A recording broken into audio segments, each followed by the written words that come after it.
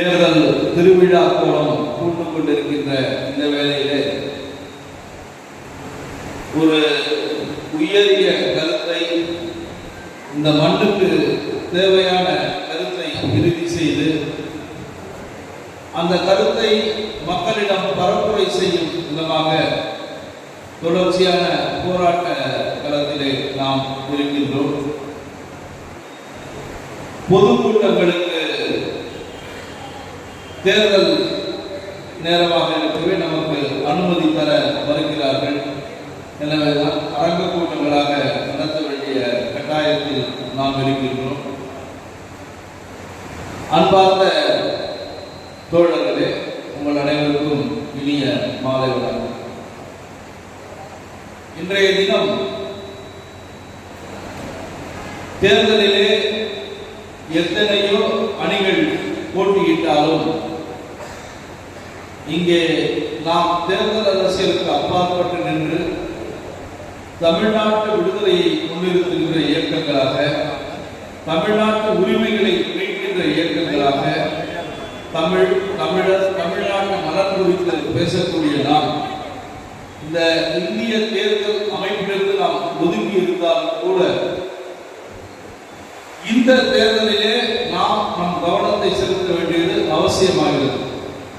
அது ஏன் என்று கேட்டால், பாசிச பாஜக என்பது ஒரு சித்தாந்தம் உள்ள ஒரு பெரிய RSS அமைப்பின் பின்னணியோடு செயல்பட்டு வருகிறது.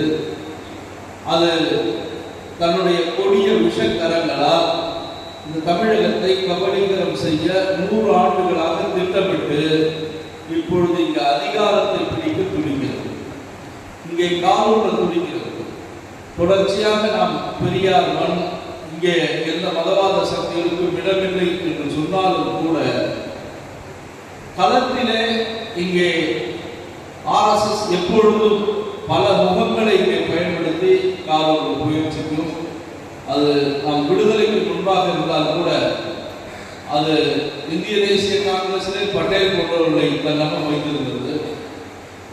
தொடர்ச்சியாக எல்லா தளங்களிலும் எல்லா இடங்களிலும் ஊடுருவக்கூடியதுதான் இந்த பார்ப்பனிய சித்தாந்தம். அந்த வழியிலே தன் சித்தாந்த கருத்துக்களை இந்தியா முழுக்க பரப்பி இருக்கிறது.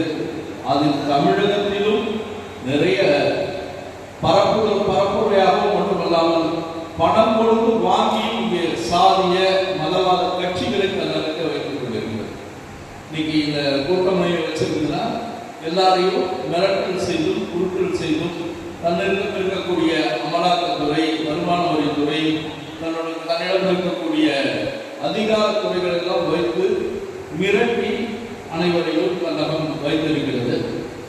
அது இல்லாமல் பணம் கொடுத்து கருத்தியலை உருவாக்கக்கூடிய சிறு சிறு அமைப்புகளாக நிறைய அமைப்புகளை, நீங்க இந்து முன்னணியிலிருந்து இன்னைக்கு நம்ம அர்ஜுன் சம்பத் வச்சிருக்க அமைப்புல இருந்து, நாம் தமிழர்ல இருந்து, நீங்க தொடர்ச்சியாக பாரத் இந்து முன்னணி, அனுமன் சேனா, அது போன்ற நேரடியான அமைப்புகள் நிறைய, மறைமுகமாக இது போன்ற கருத்தியலை வளர்க்கின்ற அமைப்புகளையும் இங்கே உருவாக்கி தொடர்ச்சியாக செய்து கொண்டிருக்கிறது. நாம் ஒரு கடந்த ஒரு 30-40 ஆண்டுகளாக சாதி பெயரை பின்னாடி போட்டுக்கிறதே இல்லை. அது அவமானம் கருதி அரசும் எல்லா இடத்துல இந்த சாதி பெயர்களை அப்புறப்படுத்தியது. ஊர் பெயர்கள் இருக்க சாதி பெயர்கள், தெரு பெயர்கள் இருக்க சாதி பெயர்கள் எல்லாம் அப்புறப்படுத்தி மக்கள் மனதிலே சடங்குகளை எல்லாம் சாதி இருந்தது, அவருடைய குடும்ப சடங்குகள் இருந்ததை தவிர வெளிப்படுத்த தயங்கியதை மாற்றி சாதி எனது அடையாளம், குலப்பெயர் போட்டுக் கொள்வோம், குடிப்பெயர் சுட்டிக் கொள்வோம் என்றெல்லாம் சொல்லி சாதியத்தை இங்கே வேறொன்று வைக்கிறது. திரும்பவும் சாதியத்தை உருவாக்குகிறது. பார்த்தீங்கன்னா ஒவ்வொரு சாதி சங்கங்களையும் இது மாதிரி அமைப்புகள் பின்னாடி வச்சிருக்கு. இந்த சூழ்நிலையிலே இந்த தேர்தல் நமக்கு முக்கியமாக இருக்கிறது. இந்த மண்ணிலே பாஜக காலூர நினைப்பது என்பது ஏதோ ஒரு அரசியல் கட்சியாக இருந்துவிட்டு செல்வதற்கு அல்ல, தன்னுடைய பார்ப்பனிய சித்தாந்தத்தை இங்கே வேறுபரப்பி, இங்க மோடி பேசுறாங்க, தமிழ்நாட்டை நேசிக்கிற, தமிழர் பண்பாட்டை ரொம்ப மதிக்கிற, தமிழ் மொழி எனக்கு பிடிக்கும். ஆனா அவர்களுடைய சித்தாந்தம் என்பது ஒரே நாடு, ஒரே மொழி, ஒரே பண்பாடு. அப்படிதான் இப்போ சென்ற ஆண்டு அவங்க மாதிரி அரசியல் சட்டத்தை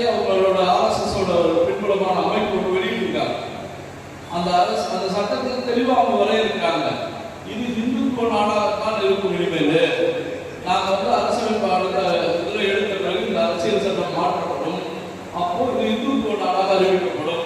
புதுடெல்லி என்பது தலைமையகமாக இருக்காது, இனி காசி என்ற தலைமையகமாக இருக்கும்.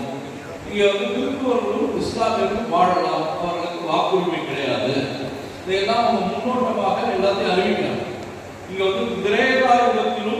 கிரேதாயுகத்திலும் என்ன சட்டங்கள் இருக்குதோ அந்த சட்டங்கள் தான் நடைமுறைப்படுத்தப்படும். இங்க அரசியல் சட்டம், பொது சிவில் சட்டம் இதெல்லாம் ஒண்ணுமே கிடையாது. நாங்க மனு தர்மத்தை தான் இங்க நிலைநிறுத்துவோம். இது போன்ற கொடுமையான செயல்களை எல்லாம் திட்டமிட்டு இந்த மண்ணோட விதைக்கிறதுக்கு அவங்க முயற்சி செய்யறாங்க. இதற்கு இந்த மண் இடம் கொடுக்காது என்று நாம் ஒரு சிலர் சொன்னாலும் எல்லா மனங்களிலும் எல்லா இல்லங்களிலும் இந்த இந்துத்துவ வெறியை ஊட்டி நீங்க பாத்தீங்கன்னா நம்ம ஊர்ல இருக்க சின்ன மாரியம்மன் கோயிலா இருக்கட்டும், சின்ன குலதெய்வ கோயில்கள்ல கூட உள்ள நுழைஞ்சு வேலை செஞ்சு அதையெல்லாம் இந்து கோயில்கள் பேர்ல நம்ம குடும்பங்களே இது நம்ம கோயில் இல்லையா, நம்ம இந்து கோயில், நம்மளாம் இந்து இல்லையா அப்படின்னா. ஆனா இந்து மதத்தின் அடிப்படை என்பது ரிக், யஜுர், சாம, அதர்வண எனும் வேதங்களில் தொடங்கி அதோட ஸ்மார்த்தங்கள், ஸ்ருதிகள் அனைத்துமே சமஸ்கிருதம் சார்ந்தது. தமிழர்களுக்கும் இந்து மதத்திற்கும் சம்பந்தம் இல்லை என்பதை கூட தமிழர்களிடம் மறக்கடித்து நம்மை ஒரு இந்துவாக அடையாளப்படுத்தி நம்மை தமிழ் மொழியில் அப்புறப்படுத்துகிறார்கள். நம்மளுக்கு ஒரு மெய்யியல் மரபு இருக்கிறது. அந்த மெய்யியல் மரபை எல்லாம் சமஸ்கிருதம் ஆட்கொண்டு விட்டது. அந்த பழைய கோயில்கள் எல்லாம் நம்ம பார்த்தீங்கன்னா ஐயா தோப்பா அவர்கள் சொல்வார்கள், நம்முடைய மரபு என்பது ஆசீர்வாத மரபு சைவம் வைணவம் கூட ஆசீர்வாத மரபிலிருந்து தோன்றியதுதான் என்பதை அவர் தெளிவாக வெளிப்படுத்துவார். அந்த வகையை அதை எல்லாத்தையும் விழுங்கிட்டு இன்னைக்கு நம்ம எல்லாத்தையும் சமஸ்கிருத இந்து மதத்துக்குள் எடுத்துட்டு போய் அடைக்க துடித்து இந்த தேசத்தை ஒற்றை நாடாக அவன் பார்த்தீங்கன்னா இப்போ இன்னைக்கு நேற்றைய செய்தி காவல்துறைக்கு உத்தரப்பிரதேசத்திலும் ராமர் கோயிலுக்கும் காசிக்கும் காவி நிறத்தில் பெண்களுக்கு ஆண்களுக்கு சீருடை இருக்கிறது. இதே மோடிதான் இந்தியா முழுக்க காவல்துறைக்கு ஒரே மாதிரியான சீருடை வேணும்னு சொன்னார். சென்ற ஆண்டு அவர் அதிகாரப்பூர்வமாக அறிவிக்கிறார், இந்தியாவுக்கு காவல்துறை அந்தந்த மாநில கட்டுப்பாட்டை இன்னைக்கு வரைக்கும் இருக்கு. இந்தியா முழுக்க காவல்துறைக்கு ஒரே சீருடை வேணும்னு சொன்ன அந்த பாஜக அரசாங்கம் இன்னைக்கு பாஜக ஆளக்கூடிய மாநிலங்கள் கோயில் பாதுகாப்பு தேர்வு அவருக்கு காவல் நிலத்திலே சீருடை இதெல்லாம் ஒரு அடையாளம் தான். இந்த வழியாக போகும் பார்த்தீங்கன்னா என்ஐஏ ஒரு காவல் எடுத்து வந்திருக்காங்க, தேசிய பாதுகாப்பு முகமை. ஆனா இந்த மண்ணில் ஒரு காவல்துறை இருக்கு. இந்த மண்ணில் ஒரு காவல்துறையில் பல பிரிவுகள், 32 பிரிவுகள் காவல்துறையில் இருக்கு. ஆனா என்ஐஏ முகாமை ஒன்று எடுத்து வந்து நேரடியாக அவன் போய் விசாரிக்கிறான், நேரடியாக அவன் கைது செய்யறான். இதெல்லாம் எந்த இடத்துல அனுமதி கொடுக்கும்? இது நம்முடைய தேசம் இல்லையா? இந்த தேசத்தில் இந்தியாவுக்கு என்ன வேலை? இந்திய அரசு என்பது நம்முடைய வருவாயை முழுமையாக பிடிக்கும். ஏறத்தாழ இந்த தமிழ்நாடு அரசு சொல்வது ₹1 29 பைசா கொடுக்கிறார்கள் என்பது வரி வருவாய் சொல்றாங்க. அது இல்லாமல் மறைமுக கொள்ளைகள் இருப்பார்கள். நம்மளுடைய இயற்கை வளங்கள் எல்லாத்தையும் எடுக்கப்படாது, ஒரு துணி உரிமை கிடையாது. ஐயா கூட தெளிவா முன்னாடி சொல்லியிருந்தாங்க.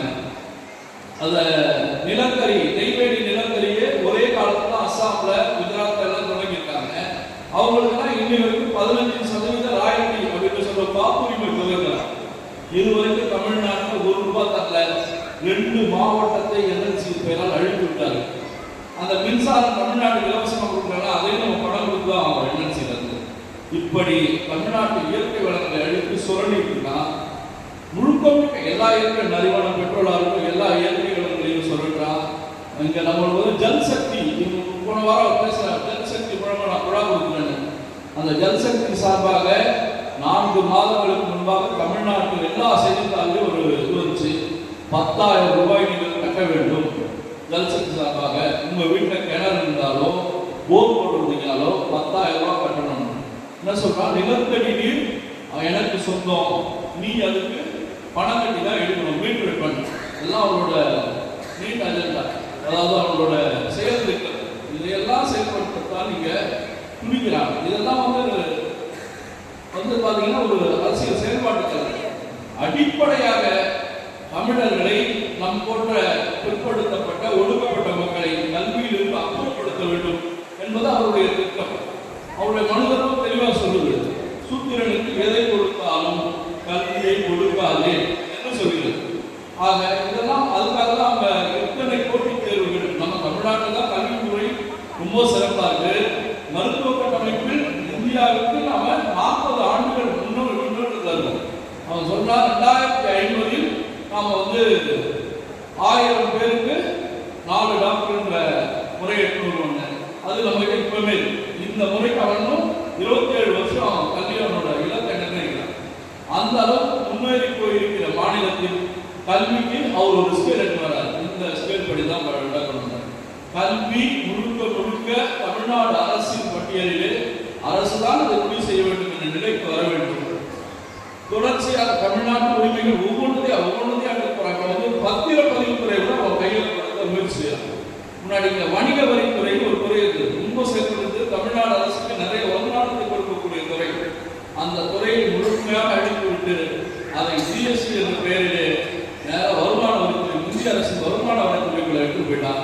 இப்ப என்னன்னா அவரு அங்க மொத்தமா எஸ்சி ஸ்டேட் ஜிஎஸ்டியா இருக்கட்டும், சென்ட்ரல் ஜிஎஸ்டியா இருக்கட்டும், எல்லாத்தையும் அவர் மொத்தமா எடுத்துப்பாரு. அவரு போய் நம்ம இறக்கணும், ஐயா எங்களுக்கு போன வருஷத்துக்கு நவம்பர் மாசம் தொகை இன்னும் கொடுங்கய்யான்னு கேட்கணும். அதுவே நம்ம கொடுக்கறது ரொம்ப குறைவு. இது போன்ற மறைமுக வரிகள் நிறைய போட்டு தமிழ்நாட்டு வளங்கள் எல்லாம் சுரண்டது மட்டும் இல்லை, தமிழ்நாடு அரசு ஒரு அரசு செயல்பட விடாமல் தொடர்ச்சியா முடக்கிற வேலையை செய்திருக்கிறார். தமிழ்நாட்டுக்கு கொடுக்க வேண்டிய நிதிகள் எதையும் கொடுப்பதில்லை, எந்த நிதியையும் கொடுக்கவில்லை. ஆனால் பேர் கேட்டு தரக்கூடிய நிலைமை நம்ம எடுத்துவதுதான் எல்லாத்தையும் எடுத்து போயிடலாம். இப்போ பார்த்தீங்கன்னா சுங்க வரின்னு சொல்லுவாங்க இல்லையா, அமைச்சா வருமானம் இந்த ரோட்ல போற எல்லா வண்டிகளிலும் நிமிஷத்துக்கு 1000 கணக்கில் கொட்டிக்கிட்டே இருக்கு. ஒரு டோல் ₹1 பக்கம் கிடையாது தமிழ்நாடு அரசு.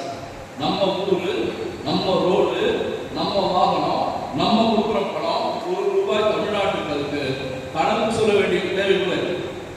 இந்த அளவுக்கு இழிவான நிலைமை தான் இருக்கு. இந்த இந்திய அரசு காங்கிரஸ் இருக்கும் போது. ஆனா இன்னைக்கு என்ன செஞ்சிருந்தா பாஜக இருப்பது ஒரு கருத்தியலாக பார்ப்பனிய சித்தாந்தத்தை இங்க திணிக்க வருகிறது. அதனாலதான் இந்த பார்ப்பனிய சித்தாந்தத்தை அவர்கள் தெளிவா பார்ப்பனியத்தையும் வைசியர்களுக்கு மட்டும், அதாவது அம்பானி அதானி போன்ற அவர்களை மட்டுமே சத்திரியர்கள் ரொம்ப தொடர்ச்சியா போராடுறாங்க. நம்ம கிட்ட எல்லாம் சத்திரியர்கள் தமிழ்நாட்டில் கிடையாது.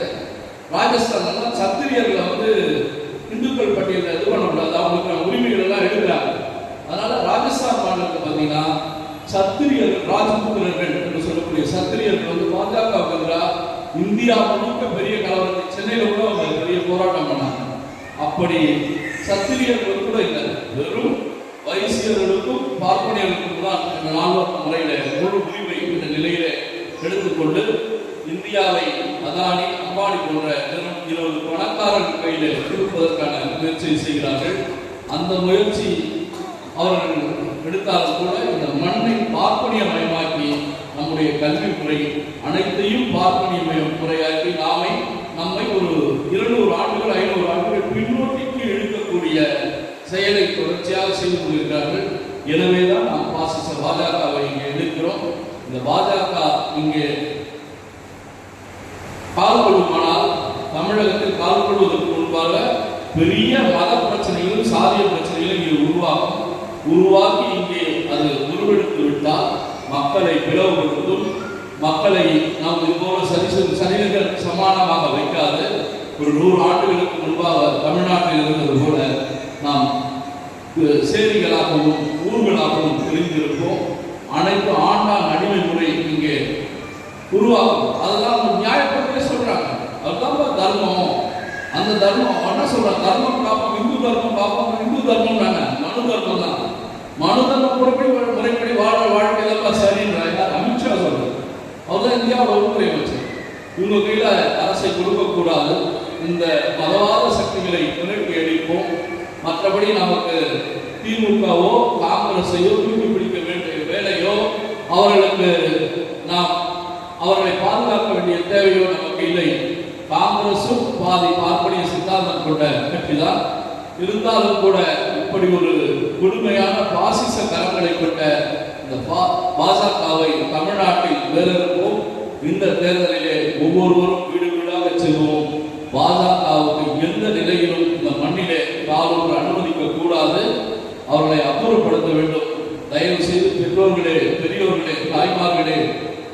சகோதரர்களே, யாரும் பாஜகவுக்கு வாக்களிக்காதீர்கள்.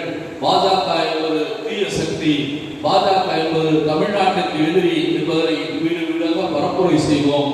கண்டிப்பாக பாஜகவை இந்த மண்ணிலிருந்து அகற்றுவோம். நன்றி, வணக்கம்.